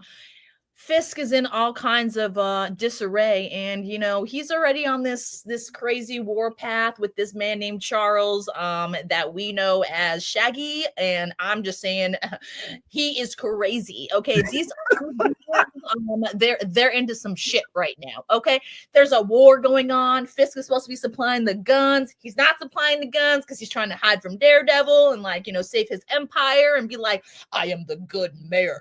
I do not sell guns. Well, we all know what happens. So he hides the guns somewhere else. And what does Charles come do? He was like, okay, you took out my 2 bodyguards. I'm going to come with a whole boat of bodyguards and steal my shit back. Guess what? Mayor Fisk was 1 step ahead of you again. He took the fucking guns. His brick squad, as we know, they stole all the guns and moved them. But guess who was watching their asses? Oh, guess what? We had a very interesting surprise guest show up this episode. If you guys didn't peep it, it was your girl, Jessica Jones. And her entry, I'm not going to lie, was kicking ass. Literally. And we got to see her little baby girl play with the grenade that could have possibly exploded. Great parenting, Jessica. As she's saving her daughter and from the vigilantes that are trying to obviously take her down and send her in, Jessica's like, you know what? I need to call some old contacts. Daredevil, get your ass over here right now. And they meet up at this, undisclosed location that is right across the street from what so happens to be the ATF and where they moved all Wilson Fisk's guns. God damn, these guys can't make a move without Daredevil finding out. But Jessica's like, you know what? Let's go fuck some shit up. These guys fucked up my shit. I'm gonna fuck up their shit. Let's do it. And this bitch comes in swinging. I'm talking about she Hulk smashes through the fucking door or next to the door while she waits for Daredevil to come through the door, which I thought was really fucking weird. Like, why didn't he just enter through the fucking hole? And then these motherfuckers, she's just like Hulk smashing and punching and fucking taking these pipes bombs and fucking blowing people up with it and shit. And then you know what happens? Powell comes out of nowhere and she like, oh, my wrist. I'm sorry. Can we just back the fuck up? Does Powell have some fucking some superpowers that we don't fucking know about? How does this able-bodied bitch that is taking one man and throwing him into 3 other men to knock them out cannot punch this fucking one dude in the face? Can we just back the fuck up? Does he have some super soldier serum that they injected his ass with? Because I didn't fucking see it, and I don't remember him being able-bodied in season 1. So how in the fuck does this strong ass bitch punch him and then it's like, and he's just like, yeah. Mm-hmm. We need some questions answered here, Marvel, please and thank you. Because Powell, I don't know what's going on with him, but he's acting like the Terminator got resurrected. Okay, so him and Agent Cole are trying to keep order and everything. The town is going to shit, and you know what? There's a little meeting that one person has to have with another, and we have to find a mole. Now, unfortunately for BB, she might be. She might have got and her little surprise on her whole BB report and everything. Unfortunately, hanging out with your little boyfriend Daniel, he caught your ass red-handed, and we're gonna figure out how she's gonna get out of that one. I can't wait to see, because Officer Buck is onto her ass, and he just took your boyfriend and just made him bury a dead body and cut it up into the woods. And now he's officially part of Wilson Fisk and all of his treachery. So good luck with all of that. You were going to be the next body, sweetheart. And while we move on, Daredevil and Wilson Fisk get into a fucking heated ass fight. And I'm talking about so heated that fucking Fisk punches the damn side of the wall and it's like, ah! It was intense. They were literally making a canvas of blood. It was beautiful and also sadistic at the same time. But then one thing leads to another, and this fight right here, one of them's got to win. But we don't know who's gonna win, because ultimately Daredevil needs to get the fuck out of there, because this motherfucker is gonna kill him. He crushes people. I don't know. But after all this fighting goes down. Last scene is we go to the city, and the city is fucking pissed. They're done with the vigilante. They're done with Wilson Fisk's bullshit. They're done with the fucking task force and the ATV. So guess what? We're gonna fucking rebel and rise up because we're New Yorkers, and that's what the fuck we do. And guess what? The police is mad, and Powell decides, oh, I found my rat. Here's your key card, bitch. How did Daredevil get into the fucking into the building through the door? Huh? Here's your key card back. Huh. One to the face. And guess what? Another one bites the dust. And as we were watching this whole brawl with the city go down and everything just, like the whole city burning and crumbling, guess what happens? Motherfucking Karen gets caught, bro. By who? Powell. What the fuck's gonna happen now? Daredevil just lost his main ally to the fucking enemy, and now Wilson Fisk is his girlfriend. What the fuck's gonna go down now? You got barely even alive fucking Bullseye to help you, dude. Shit's gonna crumble from here. I don't know where we're going from here, but episode 7 is gonna be a fucking. It's gonna be one of those you're gonna remember. Stay tuned. Oh, one time, yeah, we love it when you break it down. Yo, okay, so let's get into it. To answer your question about Karen, she said, if I'm not mistaken, sometimes it comes and goes. She was talking to. Oh, you can't hear me? You can't hear me?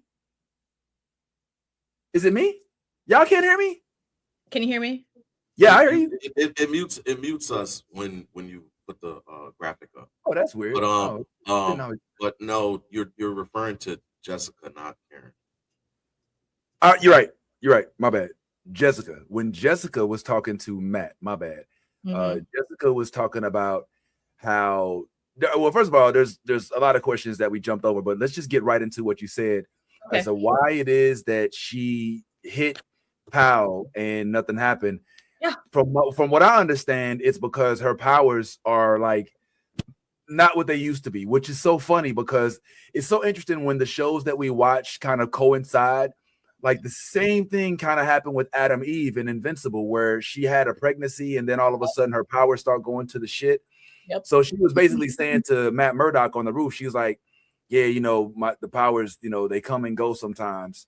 And so my thought when I saw him get hit by Jessica and she was like, was that, oh shit, the powers just kind of tweaked out a little bit, as opposed to like Powell having like major powers. I thought it was just more of her being like, oh shit, it just, because it comes and goes, like she said. Ty, was that what you gathered? That's what I was thinking. That's exactly what she was saying. And she said that after she had her daughter, the powers started going on the fritz.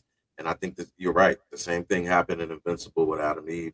It almost feels like the introduction of new DNA into their system causes them to have like some type of reaction. And with Adam Eve, you saw in the finale, which we may talk about, but it like you saw that her powers came back. So the same thing could happen for Jessica. We know that her daughter looks like she's about what, 5, 6.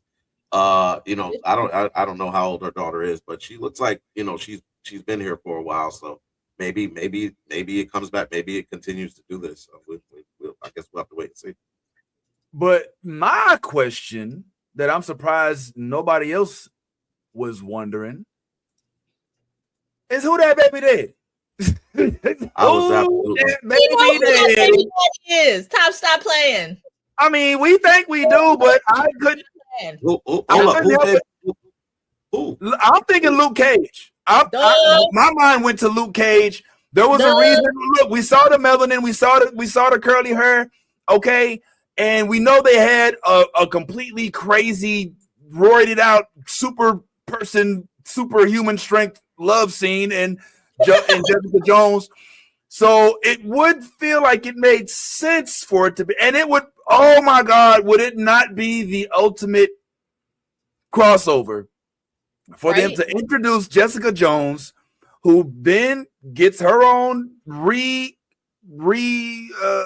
kindled show which involves her child, which we learn is Luke Cage, which is how they bring in Luke Cage. Like, do you see the breadcrumbs? You know what I'm saying? Like, you can almost look into the future and see exactly how they're going to bring all of the Defenders, minus Danny Rand, back into the fold. You know what I'm saying? Go ahead. To that point, there was a comment that she made when she was talking about Charles, when she was talking to Daredevil. She said, he offered me a job, but I didn't take it. But I'm not some others did, like her, like the Defenders. Maybe referring exactly. Yeah. So I almost feel like maybe we see Luke Cage on Charles's side. Yeah. You know what I'm saying? Which would be, because that is coming. That is definitely coming. You stole these guns from the U.S. government, which is represented by Charles. Charles is the big swinging dick in the room. Everywhere he goes, he came up to the governor and was like, the little fish doesn't give the big fish. You know what I'm saying? He's like, isn't this the bottle? This is the bottle I bought you. It tastes delicious. Yeah. Like he's like he's the whenever he tried to do the same thing to Kingpin, and Kingpin had Buck kill his people. Like, look, you got me. Like, I'm not those bureaucrats that you deal with, and but I think Charles knows that Charles is holding like he's holding that ace card. You know what I'm saying? Like, and you're strong, but you're not invulnerable. Right. I got a guy that's strong and he's invulnerable. Let's see you deal with that. You know what I'm saying? So how else would they have found her, you know what I'm saying, without Luke's, you know what I'm saying, like intel of like where she is? Like that would probably be the only person that she would tell where she was because of the kid. You see what I'm saying? Like she literally, like, I don't know, that part. That's why it didn't question to me who the dad was. Like I was like, it's got to be Luke Cage. You know what I'm saying? Like the melanin baby, the curly hair. Luke's not around. They had that tension. Some people joined. You know what I'm saying? Like all those things just kind of connected for me, and I was just like, how else would they have known where she was if, you know what I'm saying, they weren't keeping tabs on her because of the child? You know what I mean? Like, I don't know. I mean that would be a conflict of interest if what you're saying is true. If you go after his child, he's not going to work for you anymore. So I don't. And they were. It's the government, Ty. I hear you. I hear you, Yas. They're telling you what you want to hear, okay? It's the government. I 100% hear you, but that would be that would be the biggest conflict of interest. You have a powerful superhuman that is working for you for whatever reason he's working for you, and you want to go and possibly fuck that up by not only killing his baby mama, but killing his child too. Like that's a little. We don't know if they were trying to detain or kill, technically speaking. Okay? They threw a bomb. They threw a bomb inside the. Come on now, yes. They threw a bomb inside the room. Bomb. It wasn't like a regular. It was like a flash bomb. It was like the Orients. Do we know? It looked like a flash bomb to me. Okay. I don't know about all that. I don't know, but all right. Oh no, I don't know. Playing up video games, that shit looked like a flash bomb to me. It did kind of have smoke bomb, flash bomb vibes, but my question is, how effective is that going to be against a superhuman? So I would feel like it. My sentiment, my thoughts is that they didn't know the baby was there, and they was bringing whatever weapons they needed to try to neutralize Jessica because they know she's got superhuman strength. And I gotta give kudos to whoever was the screenwriter, whatever, for that scene, because it was chef's kiss. Like her jumping out the window, and all you see is like the dudes getting yanked up and getting thrown down and shit. That shit was dope as hell. Like I was so happy to see Jessica back on the scene, handling her business with that, man. So definitely love to see that. But I'm also interested in the fact that Karen, all right, is she right? Do we with the whole bullseye situation? Well, listen, Karen, the talk that Karen had with Daredevil, with Matt, was almost akin to the talk that Joker had with Batman. Where he's like, look, I'm going to make you break your one rule. you got one rule, and you won't go past that rule. and like she's like, look, enough of the bullshit. All right. The reason why people are dying is because you refuse to kill the motherfucker that's killing everybody. How about we just kill the mother? Let's chop off the head of the snake. You know, with this bullshit dilly-dathering, if you had handled business a long time ago, Foggy would still be here. We wouldn't be having this conversation. I'm over it. And she's like, and Matt's like, oh, what's happened to you? She's like, I grew up. All right. We live in the real world. Okay. We're trying to fight fire with slingshots and shit. And that's not working for us. My question is, do y'all agree before we bring in my dog down here? My question is, do y'all agree with Karen? Is Karen right? Does Karen have this right? Should they be thinking of this a different way? They clearly, whatever they're doing ain't working, because Kingpin, not only is he not hurt, but he's getting stronger. And even if he's not going to be the guy who ends up staying in the office or whatever, he's still going to maintain all of his power, right? He's still going to have his power. So should they be now like, nah, stop dillying with this dude. Cut off his head and let's keep moving. I would say no, she's not right, because the version of Bullseye that killed Foggy was a manipulated version of Bullseye, which is what they've been kind of showing. For sure. And even what he said to Karen, he said Foggy was not, it wasn't anything personal. This was something that Vanessa basically told me, look, you can get your freedom, but you have to do this in order to do it. And let's not mix things. Like, Bullseye was an assassin. Like, he was a hired assassin. So this is business for him. This is not, as much as we all understand the relationship that Foggy and Karen and Matt have. This was not something that he didn't go and just say, I hate Foggy, I'm gonna go kill him and whatever. That wasn't what the case with this was. And you also see an arc. You see the arc right there in front of you for Bullseye. The reason why Matt is keeping him alive and not killing him is because Matt wants to be a hero.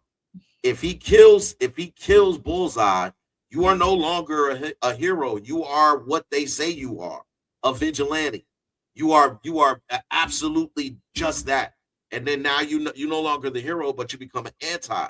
So what I'm seeing is there's an opportunity for Bullseye's redemption arc. And I do believe that once he heals up, he becomes an ally. Yes, yeah, right now, I know you're still in your feelings, Karen. Karen is very emotional. We've seen that. But more importantly, why did you have to straddle that man? Just to put, because I'm like, I had a little bit of concern there. I was like, aren't you with Matt? And I'm like, yo, you kind of, Karen starting to give me some hot girl vibes. Like you was messing with Frank. You were flirting with Frank. You was flirting with Frank. You're messing with Matt. You're straddling Bullseye. He's sizing him up. Like, I hear you, but I'm just like that seemed inappropriate in that moment. No, like, she was sizing him up. Like you said, she was sizing him up. She was like, okay, I know what Matt's got. Let's see. Is this gonna arouse you real quick? I'm gonna kill your ass, motherfucker. And he was just like, do it.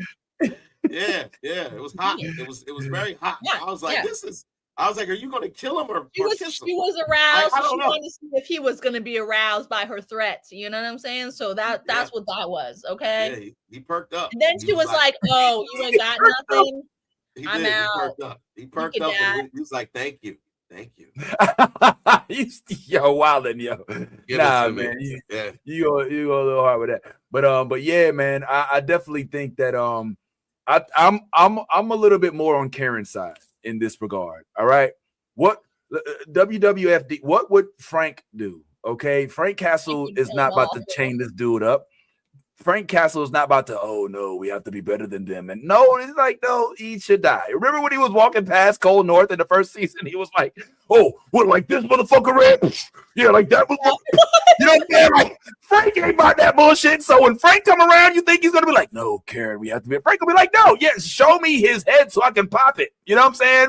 And so I'm starting to lean towards that. But needless to say, one thing I think we can all agree on without any question is that the transition to Disney for Daredevil has been an utter success. It is not bleeding. It is not lacking in blood. It's not lacking in coarse words, language, and adult situations. It is the Daredevil that we had on Netflix. And it's now about to lead into Jessica Jones, possibly Luke Cage, and maybe even a different version of Iron Fist. And who knows, maybe even more, like some White Tiger stuff. Don't bring that shit back. No, because the old girl's going to play Iron Fist. The girl that she took over for him in the last season. Are you sure? I'm almost certain. I don't think it's going to be Danny Rand. They're not going to bring Danny back, bro. Let's not speculate, okay? Because the Defenders was one of those, you know what I'm saying? Like, yes, and we already know though, okay, that Elektra, Daredevil, and Jessica Jones and Luke Cage from the Defenders are successful. So those may be back on the docket. But Iron Fist, let's not jump ahead. Look, don't sleep on Iron Fist. Let's not jump ahead. The character himself, even though I'm not really a Danny Rand fan, but the character himself in the comics is a lot more exciting than this. I mean, when he gets to fly and all of that stuff with the dragon, I just think that they didn't do a good job of bringing it to the screen. But if they make that young Asian girl into the Iron Fist and they actually give Iron Fist the full force of the powers that he's supposed to have, or she or whatever, then I think we're in for a treat. But we'll chat on that another day. Let's go ahead. I wanted to move forward a little. Can I just put this out there? It does say that reports suggest that Ben Jones is returning as Iron Fist, Danny Rand in the Marvel Cinematic Universe, with his comeback anticipated to be set up in Daredevil Born Again Season 2 and further appearances likely in Season 3 alongside other Defender characters. He may also appear in Disney Plus series. They said Eyes of Wakanda, so I don't know. But yeah, it is. I saw multiple reports that he could be coming back as Why? I hope that's fake news. I hope it's fake news because What's the source, Ty? It's do good. It's gonna be just like all of like the random side shows that we've had that like people just didn't watch. I don't know. This one is from Reddit. This one is from This one is. It says Iron Fist is officially returning. Oh, Lord. All right, that's enough, man. Don't tell us more. It's all right, man. We believe you. We believe you. Let's go ahead and move on to another subject real quick before we start to run too far out of time. Did want to chat a little bit of Invincible. My man, did you talk Invincible? Did you watch Invincible, sir? Got to bring you in. Yeah, nah, man. You ain't gonna sit in the background, man. What do you think this is, man? I know you be watching Invincible, man. Yeah, let me let him chew. let me let him chew a little bit. But we want to talk Invincible a little bit if we can. But I also am very curious. Yeah, you good? Okay. I'm also are you caught up? Yeah. Why you are not watching Invincible? Oh, he's on From only. Nah, he's been watching. You're wrong. He's caught up on Invincible, man. He saw it before we did. I was waiting for you to finally have someone to talk to about it. Like, oh, my bad. Okay, excuse me, y'all. Welcome to the chat. None other than the one and only Mr. Anthony. I'm flustered around Nia Long. Anthony, I'm flustered around Nia Long White. What's going on, sir? Hey, welcome to the chat. Why you had to bring me back there? That was a wonderful moment in life, bro. We sat here and had so much fun with your interview with Nia Long, and I was giving my critique about it. My feelings was that she kind of gave you like a like fanboy, like she was kind of like, this guy, he likes me. Oh, okay, you know what I'm saying? There's a lot of yuck coming from her. Like, it was a little bit. So what? So tell us before we get into a little bit of Invincible, if we have time for that, which we may not. We really want to know what was literally going through your mind when she said your name, and when you had the opportunity to get her on camera. Like, look, between us, we know what it's like when you're sitting there waiting for the interview to pull up, and then you hear that boop, or you see it pull up, and you're like, all right, sometimes you're like, all right, interview, whatever. But sometimes you're like, I can answer this real easily. There was nothing in my mind. Everything, like, it was a Mike Tyson moment. Like, I had a plan, and then I got punched in the mouth. I was like, everybody got a plan till they get punched in the mouth. Yo, that's real, man. So we're right then. So it's true. We're our mind specifically was that you were smitten out of your control. Like you. It was nothing. You take notes. You have your interview. It wasn't a fair fight. It was nothing I could do. Like, it was. You're right, man. Yeah, man. Because I mean, who can't? I mean, when you come on, man, you got Nia Long on screen with you saying your name and everything, man. So she said it twice. She did. Right. She said it twice. Like, after I did that whole moment, she came back and she was like, "All right, Anthony." She did, yeah. And we said that in the chat. Somebody was like, "Oh, she know what she doing. She know damn well what she doing." You know what I'm saying? So yeah, let's get into Invincible. But just what you took away from the interview, famous. Give us some behind the scenes, man. Just talk to us about what with you and your new crush, old crush.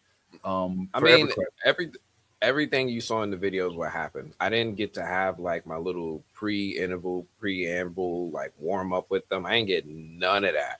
I went in and just immediately, and then you get that little message from them. Like, they start talking to you, and they're like, Anthony, don't forget to pull your chat up, and I'm gonna give you your cues, and when you're gonna have 2 minutes left, and all I hear is peanuts. And I don't know. I did I ask her questions? I don't even remember. What did I say? I have no idea what happened. Definitely out of. All right. I know Ty ain't judging. He's giving me judging eyes. I know he ain't judging. Oh no, Ty, Nah. First of all, I support everything you saying, because if I was in I would have been worse, because I would have shot my shot. You only get these. Listen.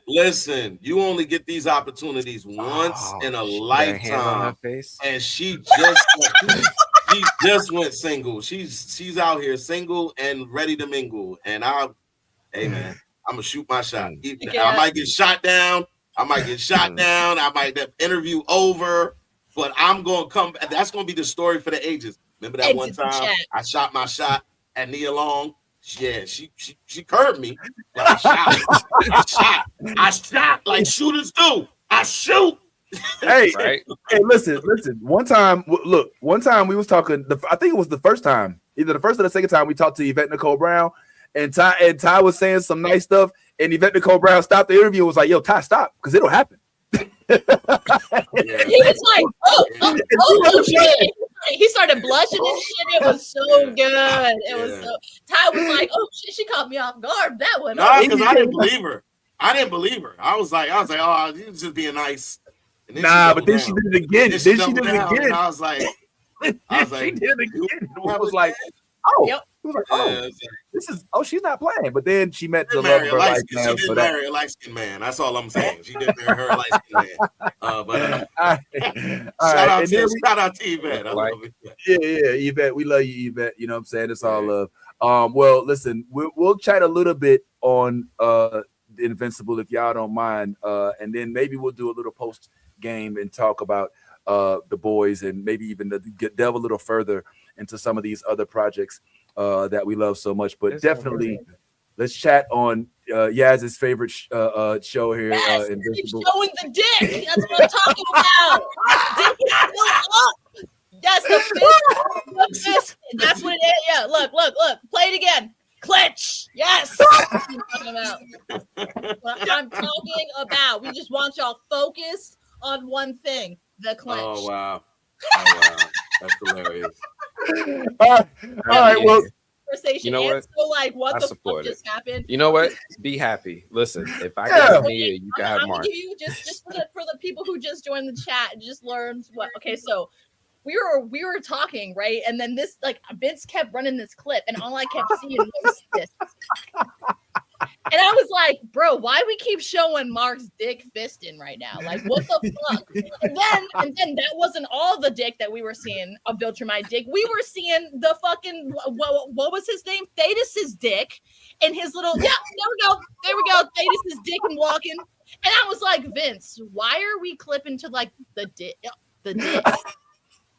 Like, it's just like the lower, like, you know what I'm saying? It's not even like the belt line. It's like below the hips. You know what I'm saying? Break it down.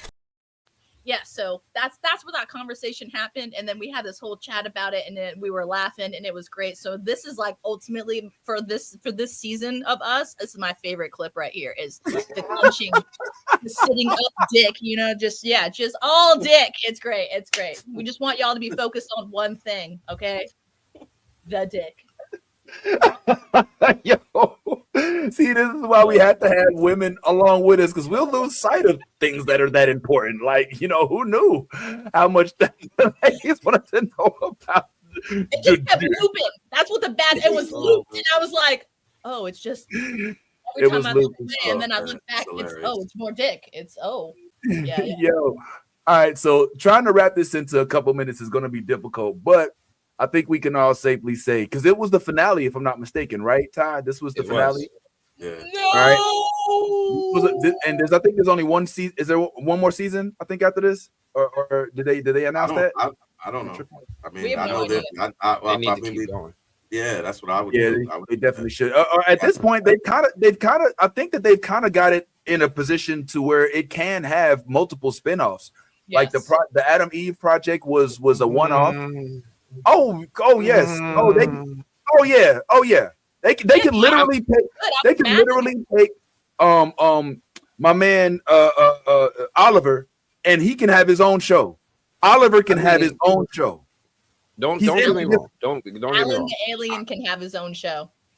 I'm here for the Viltrumite War, right? Like a lot of times throughout Invincible, anytime they moved their focus away from the Viltrumites, I was less invested. But once they kept getting closer to the Viltrumite War, I'm locked in. This is my favorite part. This is like seeing Thanos in the background, and we're like, yo, we're gonna handle, I don't know, Ant-Man, or, you know, like we're gonna have like some little side mission. Nah, I need them to continue doing stuff with the Viltrumites. And yeah, they could do something with Alan, but I don't know, man. I don't know. Well, not just I tried to throw him off with the Nia joint. He didn't fall for it. I tried to throw off his concentration. Well done, and well done. Sorry, go ahead, Ty. My bad. I was just gonna say not just Alan, because two of the members of the what are the Guardians? The Guardians, the Guardians are trapped in another realm right now. So they're literally Monster Girl and Rex, I believe. Rex are trapped in another that other dimension. And the last time those people came, they kicked, like it's like each time they come, it's stronger. They're stronger. They've upgraded. Like when they got over to the other realm, they saw like thousands and thousands of soldiers. So there's another war coming. Like there's another war coming, and like they barely survived the last time they came. So they better hope that they don't come. And then again, after what we saw in this maybe if they come, the Viltrumites reveal themselves and be like, look, only we're taking over this planet. Like that, you know what I'm saying? Like like apparently they have blended in like this. Like what was that movie? Invasion of the Body Snatchers. Where like they basically, the aliens came down, took over people's bodies, put themselves in positions all over the thing that were.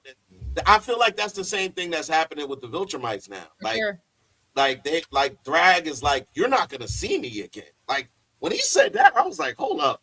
That was sick. I honestly said to myself, this is a terrible season finale. I honestly did. I was like, the season finale was the last episode. And then y'all, the episode before this, and y'all messed up the whole season finale by not even having the ultimate showdown. Like, so we don't have an ultimate showdown. Nolan gets to walk to go off with Peggy or whatever. You know, they don't Debbie, Peggy, whatever. Like, yeah, it's they don't, you know. Like I was kind of bugging off of that. I'm like, yo, hold up, you was just madly in love with this regular dude. Y'all was about to give up the house that you grew up. Yeah, like that. I don't know about madly in love. Her and Paul, yeah, she was. No, bro, are we watching a different show? Back to bed. You don't have to get dressed so early. Yeah, she was head over heels. She was about to send her kids out of the house they grew up in to a fully customized new crib that he had found, and was like, "Yo, yeah, they were madly." He made her kids respect that, man. Listen. When you start fucking in the house with your grown kids, you love the nigga. Like women don't bring no grown man to their house and be like, "Yo," he be like, "Yo, we can't do it because the kids is here." She like, "Fuck them kids. We fucking." We like, you know what I'm saying? And like that. That's exactly how Debbie was like, yo, I'm a woman. I have needs, and you are going to fulfill them right now, sir. I don't care that Oliver's in the kitchen eating eggs. He's gonna hear somebody getting something up in here. Like, look, yo, you know what her rebuttal was? He hears Mark and Mark and Eve. And Eve. So we definitely don't got nothing on them. So we might as well get it cracking. And so you see that doesn't say love. That says freaky. That doesn't mean, because if she really if she was like legit in love, bro, then there would not be a breakup. There's no reason for her to stop being with him. If she was truly in love. Like, the reason why she didn't is because I think she realized that despite that he was a good rebound, a little rebound dick for her, I suppose, that she still, whether she wants to admit it or not, broke fist and all, is in love with Nolan. Like, that's what I learned in this episode, is that she still, despite wanting to be a hard outer shell, has a soft inner core for Nolan. And that shows, because even through all of her little fists, all her little fighting and all that, she was like, all right, nigga, whatever, go ahead. Let's go take me to my son.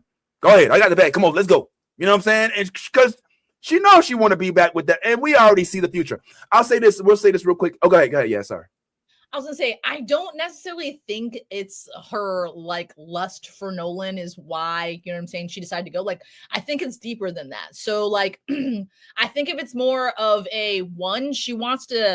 she does not want to obviously adhere to, you know what I'm saying, his, oh, I'm sorry, Debbie, I'm trying to be a better man and, do better. Right. This is that. But at the same point in time, she knew this man for over 30 years. She loved this man. She knew this man. She gave kids to him. She dealt with his fucking being super bodied and all kinds of shit. You see what I'm saying? So there's history there that you can't even fathom between the two of them. So she's not one. She can't just throw that away no matter how hard she tries. And those feelings that she has for him, it's not so much that it's like lust. It's so much as like she's so mad that she wants to maybe give him that ounce of redemption, so that she can understand why he did that shit to her, why he decided to basically call her a pet, almost kill her son, and then kill most of the people on the planet, and then leave her for fucking like to clean up his fucking mess.